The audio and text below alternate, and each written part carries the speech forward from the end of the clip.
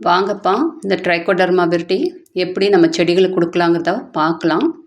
Already mycorrhiza கொடுத்து இது 5வது நாள். மைக்ரோரைஸானா என்ன, அதை எப்படி கொடுக்கணும் எல்லாமே டீட்டெயில்டாக நான் சொல்லியிருக்கேன். இது 5வது நாள் ட்ரைகோடர்மா விரிடி நம்ம செடிகளுக்கு கொடுக்க போகிறோம். ட்ரைகோடர்மா விரிடி ஒரு பயோ ஃபங்கிசைடு. இது செடிகளுக்கு ஒரு கெட்ட ஃபங்கஸை வரவிடாமல் தடுக்கும். இதை எப்பயுமே நம்ம ரீபாட் பண்ணும்போது இந்த மைக்ரோரைஸாக்கு அப்புறம் 5th டேயில் நம்ம இதை கொடுப்போம். இது 1 லிட்டர் வாட்டருக்கு 5 கிராம் நான் மிக்ஸ் பண்ணுறேன். இப்போது 8 லிட்டர் தண்ணி வச்சுருக்கேன் ஒரு வாளியில். ஸோ நான் 40 கிராம் மிக்ஸ் பண்ணி இந்த ட்ரைகோடர்மா விரிடியை செடிகளுக்கெல்லாம் கொடுக்க போகிறேன். இது கொடுக்க போகும்போது ஈவினிங் தான் நம்ம கொடுக்கணும். நல்லா இதை ஆற்றிடணும். வெயில் இல்லாதப்போ ஈவினிங் நம்ம கொடுக்கணும். இந்த ஈவினிங் நீங்கள் கொடுத்துட்டிங்கன்னா இன்னும் ஒரு 5 டேஸ் கழித்து நீங்கள் ஆஸ் யூஷுவலாக உங்களோட ஷெட்யூலில் செடிகளுக்கு என்ன உரம் கொடுக்கணுமோ அதை கொடுத்துடலாம். அப்புறம் ஒரு கேள்வி கேட்டிருக்கீங்க, அந்த 21 டேஸில் இந்த ஆர்கானிக் ஃபெர்டிலைசர்ஸ் ஏதாச்சும் கொடுக்கலாமா அப்படின்னு சப்ஸ்கிரைபர் கேட்டிருக்கீங்க. தாராளமாக கொடுக்கலாம்ப்பா. நீங்கள் ஆர்கானிக் ஃபெர்டிலைசர்ஸ் கொடுக்கலாம். இந்த 10 டேஸில் எதுவும் நீங்கள் கொடுக்க தேவையில்லை. ஏன்னா மைக்ரோரைஸா கொடுக்கும்போதே நீங்கள் கம்போஸ்ட் மிக்ஸ் பண்ணி தான் கொடுக்க போகிறீங்க. அது ஒரு 5 டேஸு. ஒரு 5 டேஸ் ட்ரைகோடர்மா நீங்கள் கொடுக்க போகிறீங்க. வேறு எதுவும் தேவையில்லை. இன்னொன்று, சாஃபை நம்ம எப்போ யூஸ் பண்ணுறது மைக்ரோரைஸா கொடுக்க போகும்போது அப்படின்னு சப்ஸ்கிரைபர் கேட்டிருக்கீங்க. சாஃப் தேவையே படாது. நீங்கள் இந்த ட்ரைகோடர்மா விரிடியும் மைக்ரோரைஸா கொடுக்கும்போது சாஃப் உங்களுக்கு தேவைப்படாது. ரொம்ப உங்களுக்கு இஷ்யூஸ் மழை காலத்தில் அந்த மாதிரி பிளாக் ஸ்பாட் இஷ்யூஸ் வந்தால் மட்டும் நீங்கள் ஃபங்கிசைடு இன்ஆர்கானிக் கொடுக்கலாம். இல்லைன்னா உங்களுக்கு அது தேவைப்படாது. இன்னொன்று இது வீக்லி எப்போ நம்ம இன்க்ளூட் பண்ணலாம் அப்படின்னு கேட்டிருக்கீங்க. இது வீக்லியெல்லாம் கிடையாதுப்பா. மந்த்லி ஒன்ஸ் கொடுக்க போகிறது தான். அதுக்கு ஒன்ஸ் கொடுத்துட்டாலே போதும். நீங்கள் 2-3 மந்த்ஸ் கழிச்சு கூட கொடுக்கலாம். கொடுக்கணுன்னாலும் கொடுக்கலாம். மந்த்லி ஒன்ஸ் கொடுத்தா சாயில் மீடியாவில் நல்லா எஃபெக்ட் இருக்கும். கொக்கோபிட் மீடியாலலாம் நாங்கள் ரீபாட் பண்ணும்போது மட்டும்தான் கொடுக்குறோம். கொக்கோபிட் மீடியாவில் சிண்டர் மீடியாவில் எப்போ செடியை 6 inch to 8 inch 8 inch to 10 inch repot பண்ணுறோமோ அப்போ தான் இதை நாங்கள் கொக்கோபிட் மீடியாவில் நாங்கள் கொடுக்குறோம். இப்படி தான் இந்த மைக்ரோரைஸா ட்ரைகோடர்மா விரிடியை நம்ம செடிகளுக்கு கொடுக்கணும்.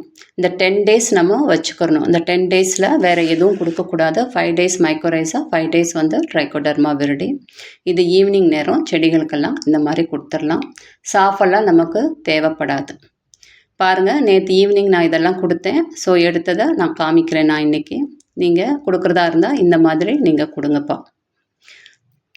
இன்ஆர்கானிக்கோட தான் இந்த ட்ரைகோடர்மா மைக்ரோரைஸா ஒத்து போகாத, ஆர்கானிக்கோட ஒத்து போகும். ஏன்னா இதுவே பயோ ஃபங்கிசைடு. அப்புறம் இன்றைக்கி ஒரு கொஸ்டின் வந்திருக்கு. நீங்கள் ஷவரிங் பண்ணுறீங்களே, ஸோ ஓவர் வாட்டர் ஆகிடாதா அப்படின்னு நீங்கள் கேட்குறீங்க.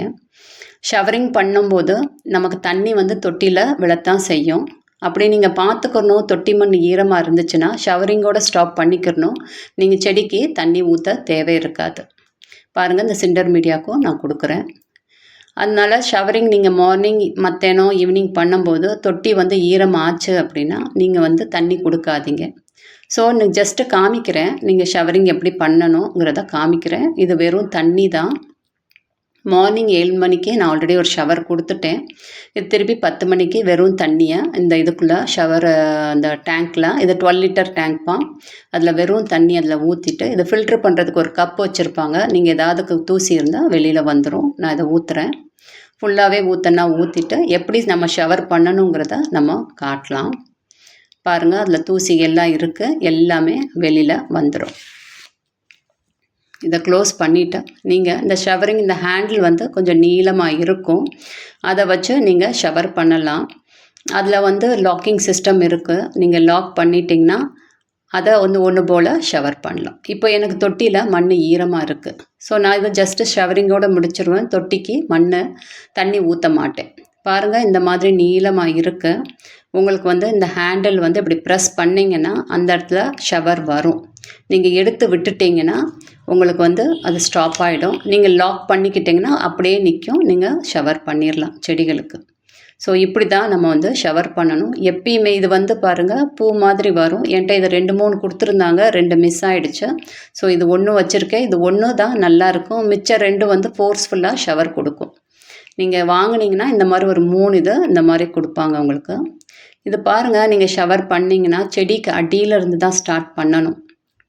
எப்பயுமே ஷவரிங் வந்து செடிக்கு அடியில் இந்த மாதிரி வச்சு பண்ணிங்கன்னா எல்லா பூச்சியும் போயிடும். உங்களுக்கு அடியில் இருக்க எல்லா சின்ன சின்ன அந்த ஒட்டடை பூச்சி எல்லாமே போயிடும்.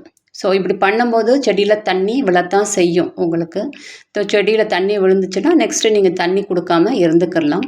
செடியை ஃபுல்லாக குளிப்பாட்டிடணும்ப்பா. நல்லா ஃபுல்லாக அது பாருங்கள், அடியிலேருந்து தான் ஸ்டார்ட் பண்ணும். மேலாப்பில் நீங்கள் ஸ்ப்ரே பண்ணிங்கன்னா அந்த பூச்சியெல்லாம் போகாது. மெயினாக ஷவரிங் பண்ணுறது வந்து செடி ஃப்ரெஷ்ஷாக இருக்கும். இன்னொன்று வந்து அதில் இருக்க தூசி போயிடும், இந்த பூச்சியும் போயிடும். இது 3 இதுக்கு யூஸ் ஆகுது. ஸோ ஷவரிங் இப்படி பண்ணணும். நான் இப்படி பண்ணும்போதும் பாருங்கள், அந்த இடத்துல சின்ன சின்ன அந்த ஒட்டடை பூச்சியெல்லாம் இருக்குது. நீங்கள் அதை கையில் பார்க்கும்போதே அதை எடுத்து நீங்கள் போட்டுடலாம். இந்த தளிரெல்லாம் நம்ம காப்பாற்றணும். இந்த த்ரிப்ஸை இதை தளிரெல்லாம் சாப்பிட்டு போயிடும். மைட்ஸுங்கிறது வந்து இலையை சாப்பிடும், த்ரிப்ஸு வந்து இந்த தளிரை சாப்பிடும். ஸோ இந்த ஷவரிங்லேயே மேக்ஸிமம் வந்து கண்ட்ரோல் பண்ணிடலாம். இது ஒரு பூச்சி பாருங்கள், இலையெல்லாம் கட் பண்ணியிருக்கு. ஃபுல்லாகவே செடியில் நிறைய செடியில் இப்படி கட் பண்ணியிருக்கு. இது ஒரு சீசன். இப்போ திடீர்னு ஒரு மழை வந்துச்சு நமக்கு. அந்த மழையில் இந்த பூச்சி வந்திருக்கு. இது லீஃப் கட்டர் பீ. நேற்று கூட ஒரு சப்ஸ்கிரைபர் கேட்டிருக்காரு, இது உங்கள் செடியில் நிறைய கட்ஸ் இருக்கே, மல்லிகைப்பூ செடியில் கூட இருக்கேன்னு கேட்டார். அவருக்கும் அந்த மாதிரி இருக்குன்னாரு. நான் பாருங்கள், இந்த கொக்கோபிட் மீடியாவுக்கும் தண்ணி ஈரம் இருக்குது. ஸோ நான் வந்து சும்மா ஷவரிங்கோட ஸ்டாப் பண்ணிக்கிறேன். ஸோ அதுக்கு மருந்து இருக்குப்பா, கெமிக்கலில் மருந்து ப்ரொஃபெக்ட் சூப்பர்னு மருந்து இருக்குது. ஸோ நான் வந்து அதை பண்ணுறதில்ல, ஏன்னா எனக்கு காய்கறி செடி இருக்குது. ஸோ ஃபார் சேஃப் சைடு நான் வந்து அது பண்ணுறதில்ல. அந்த பூச்சி எதுவும் செய்யாது, இலையை மட்டும்தான் கட் பண்ணிட்டு போயிடும். அது வந்து நெஸ்ட்டு பில்டு பண்ணும். அது ஒரு நல்ல ஒரு பூச்சி தான், பாலினேட்டர் தான். நம்ம செடியை எந்த ஹார்ம் பண்ணாது. அதுக்கு இலையை வந்து கட் பண்ணிவிட்டு, அதை நீங்கள் பார்த்துருப்பீங்க, அந்த இலையெல்லாம் சர்க்கிள், செமி சர்க்கிள் அந்த மாதிரி கட் பண்ணியிருக்கோம். அதை எடுத்துகிட்டு போய் கூடு கட்டுது. ஸோ அதனால் நான் விட்டுட்டேன். இது பாருங்கள், இந்த ஸ்ப்ரேயரில் வந்து இந்த மாதிரி லாக்கிங் சிஸ்டம் இருக்குது. நீங்கள் எப்படி வேணாலும் அந்த லாக் பண்ணிவிட்டு அந்த பக்கத்தில் வச்சு கூட நீங்கள் நல்லா அடித்து விடலாம், ஸ்ப்ரே பண்ணி விடலாம். 2 விதத்துலேயும் இருக்குது. நீங்கள் கையை வந்து பக்கத்தில் கொண்டு போய் கூட ஸ்ப்ரே பண்ணலாம். இந்த ஸ்ப்ரே ஒன்று எல்லாம் வாங்கி வச்சுக்கோங்க. ஆனால் நல்லா நிறைய செடி இருந்தால் வாங்கிக்கிடலாம். சும்மா நீங்கள் 2-3 வச்சுருந்தீங்கன்னா ஒரு சின்ன ஸ்ப்ரேயர் கூட நீங்கள் வாங்கி வச்சுக்கிடலாம். பாருங்கள், இது வந்து இந்த சின்ன செடி. இப்போ வந்து நேற்று ட்ரைகோடர்மா கொடுத்த செடி. இதுக்கெல்லாம் நான் தண்ணி இன்றைக்கி ஊற்றலை, ஜஸ்ட்டு ஸ்ப்ரேயோட ஸ்டாப் பண்ணிவிடுவேன். எல்லாமே அடியிலேருந்து நல்லா ஸ்ப்ரே பண்ணியிருப்பேன். இந்த தண்ணியே இந்த செடிக்கு போதுமானது. ஸோ வாட்டர் மேனேஜ்மெண்ட் உங்களுக்கு தெரிஞ்சிருக்கணும். தண்ணி கூட போனாலும் ப்ராப்ளம் தான், கம்மியாக இருந்தாலும் ப்ராப்ளம் தான். ஸோ உங்களுக்கு தான் தெரியும். செய்ய செய்ய அது ப்ராக்டிஸில் வந்துடும். நம்ம சொல்லி கொடுத்தாலும் புரியாது.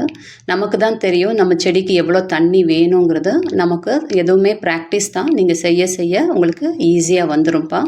இப்படி தான் நம்ம வந்து ஸ்ப்ரே பண்ணணும்.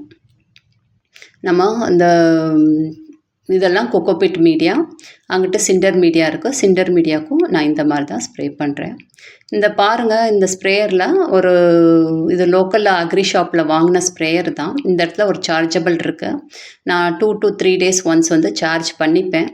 சார்ஜ் இறங்கிருச்சுன்னா அது காட்டிடும், உங்களுக்கு லைட் வந்து ரெட் லைட் எரியும். ஸோ நம்ம வந்து சார்ஜ் பண்ணிக்கலாம், சார்ஜ் பண்ணி போட்டுக்கலாம்.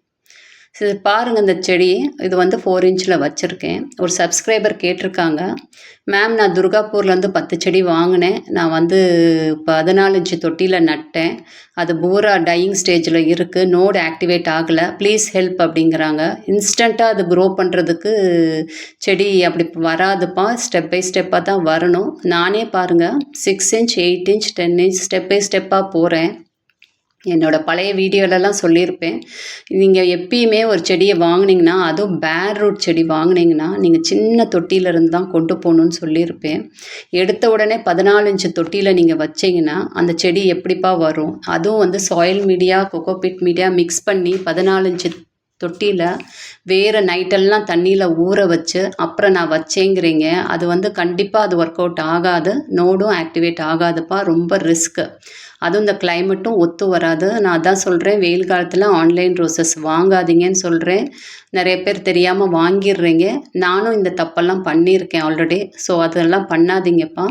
ஸ்டெப் பை ஸ்டெப்பாக மழை காலத்தில் நம்ம பண்ணலாம். இதே இது நீங்கள் ரோஸ் வந்து நர்சரியில் பாண்டடாக வாங்கினீங்கன்னு வைங்க, அது வந்து அந்த பாண்டுக்கு ஏற்ற மாதிரி நீங்கள் தொட்டியில், பெரிய தொட்டியில் நீங்கள் வைக்கலாம். சின்ன செடியை கொண்டு போய் இந்த மாதிரி செடி சொல்கிறேன் நான், நர்சரியில் வாங்கினீங்கன்னா இதை கொண்டு போய் நீங்கள் 10 இன்ச்சில் வைக்கலாம். ஆல்ரெடி அது பாண்ட் இருக்கும், அவங்களுக்கு பிரச்சனை இருக்காது. நீங்கள் மண்ணை போட்டு நீங்கள் வைக்கலாம். அது வந்து ஆன்லைன் ரோசஸ் வந்து அவங்களுக்கு வந்து அப்படியே வேரை வந்து நம்ம கழுவி வைக்கிறோம். இந்த செடியை கூட நான் உங்களுக்கு காட்டியிருப்பேன், வேரை கழுவி உம்மியில் வச்சேன். இதவே நான் 8 இன்ச்சில் தான் வச்சுருக்கேன். ஸோ நான் என்ன சொல்ல வரேன்னா, நீங்கள் வந்து ஸ்டெப் பை ஸ்டெப்பாக தான் வளர்த்து கொண்டு போக முடியும். ஒரு 6 இன்ச் அல்ல 4 இன்ச்சு நல்லா வந்து அதை தண்ணியில் நைட்டெல்லாம் ஊற வைக்கக்கூடாது. செடியை வந்து நைட்டெல்லாம் ஊறுச்சுன்னா அந்த செடி என்னத்துக்கு ஆகும்? அது மாதிரிலாம் பண்ணாதீங்க. வாங்கினா 1 ஹவருக்குள்ளே வந்து பாட் பண்ணிடணும் நீங்கள். அதுவும் சின்ன தொட்டியில் தான் பண்ணணும்ப்பா. ஸ்டெப் பை ஸ்டெப்பாக பண்ணணும். தண்ணியே ஊற்றக்கூடாது. ஸ்டெம்மில் தண்ணியை ஸ்ப்ரே பண்ணி தான் கொண்டு போகணும். அது வந்து ஒரு ப்ராக்டிஸு. ஸோ பிகினர்ஸ்க்கு நான் என்ன சொல்ல வரேன்னா, நீங்கள் செடி வாங்கினீங்கன்னா ஜஸ்ட்டு நீங்கள் நர்சரியில் வாங்கி அந்த ரூட்டெல்லாம் கழுவி சும்மா 2 செடி ப்ராக்டிஸ் பண்ணுங்கள். உங்களுக்கு நீங்கள் ப்ராக்டிஸ் பண்ண தான் உங்களுக்கு நல்லா வரும். எடுத்த உடனே நீங்கள் ஆன்லைனில் 10, 15 செடி வாங்கிட்டு வந்து இந்த மாதிரி எல்லாம் வச்சிங்கன்னா கொஞ்சம் கஷ்டம்தான்ப்பா. நல்லா ப்ராக்டிஸ் இருக்கணும். ஒரு 2 செடி ப்ராக்டிஸ் பண்ணி உங்களுக்கு ஒர்க் அவுட் ஆயிடுச்சு அப்படின்னா நீங்கள் 10 என்ன 50 செடி கூட வாங்கி நீங்கள் தாராளமாக உங்கள் கார்டனில் வைக்கலாம். ஃபஸ்ட் ஆனால் ப்ராக்டிஸ் வேணும். ஸ்டெப் பை ஸ்டெப்பாக தான் போகணும்ப்பா. எடுத்த உடனே ரோஸ் செடியெல்லாம் வச்ச உடனே இன்றைக்கி வச்சோம் நாளைக்கு ரிசல்ட் எனக்கு வேணும்னா அது கண்டிப்பாக முடியாதது. அது ஷெட்யூல் ஃபாலோ பண்ணணும். ஸ்டெப் பை ஸ்டெப்பாக தான் போகணும். ஸோ உங்களுக்கு எல்லாம் நான் கொடுக்குற அட்வைஸ் அதுதான். அவசரப்பட்டு செடி வாங்காதீங்க. அதுவும் இந்த வெயில் காலத்தில் அது ஒர்க் அவுட் எதுவும் ஆகாது. அப்படியே நீங்கள் வாங்கிட்டீங்கனாலும் நர்சரி செடியில் வாங்கினீங்கன்னா அப்படியே வச்சுருங்க கொண்டு போய். நீங்கள் இப்போது ரூட்டெல்லாம் கழுவக்கூடாது, கழுவியெல்லாம் வைக்கவும் கூடாது. இந்த மாதிரிலாம் மெயின்டைன் பண்ணிங்கன்னா இந்த மாதிரி செடி வரும். ஸோ நானும் இந்த மாதிரியெல்லாம் நிறைய தப்பு பண்ணியிருக்கேன். தப்பு பண்ணாமல் எதுவும் ஒர்க் அவுட் ஆகாது. நிறைய பேர் அனுபவம் தான். நமக்கு நிறைய பட்டு தான் நம்ம கரெக்ட் பண்ணுவோம். ஸோ நீங்கள் இந்த மாதிரி நீங்கள் வளர்த்து கொண்டு போகலாம்ப்பா ஸ்டெப் பை ஸ்டெப்பாக. பாருங்கள் என் ரோசஸ் எல்லாம் இப்படி தான் நான் வளர்த்துருக்கேன். ஸ்டார்டிங்லலாம் எனக்கும் தெரியாது. எடுத்த உடனே நானும் பெரிய தொட்டியில் வச்சுருக்கேன். அந்த செடி ஒர்க் அவுட் ஆகலாம். அப்புறம் தான் நான் வந்து சின்ன ஸ்பாட்லேருந்து கரெக்டாக அந்த ஷெட்யூல் ஃபாலோ பண்ணி கரெக்டாக நான் கொண்டு போயிருக்கேன். இது பாருங்கள், இந்த குளோரோசிஸில் வந்த செடி இப்போ ட்ரீட்மெண்ட் சரியாகி இப்போ இலையெல்லாம் விட்டு பூ பூத்துருச்சு. இதுக்கு நான் வந்து அயன் கொடுத்து அதுக்கப்புறம் இப்போ தான் சாப்பாடு கொடுத்துருக்கேன். அதுக்கு ஒரு வீடியோ கொடுக்குறேன். என்ன சாப்பாடு கொடுத்தேங்கிறத ஒரு வீடியோ கொடுக்குறேன். பாருங்கள், இப்படி தான் வளர்க்கணும்ப்பா ரோசஸ் எல்லாம். நான் எல்லாமே டீட்டெயில்டாக இன்னும் கொஞ்சம் லாங்காகவே சொல்லிட்டேன். நீங்கள் ஒரு வீடியோ பார்த்தீங்கன்னா கம்ப்ளீட்டாக பாருங்கள். அப்போ தான் உங்களுக்கு புரிதல் வரும், கொஸ்டின்ஸும் வராது. Thank you friends.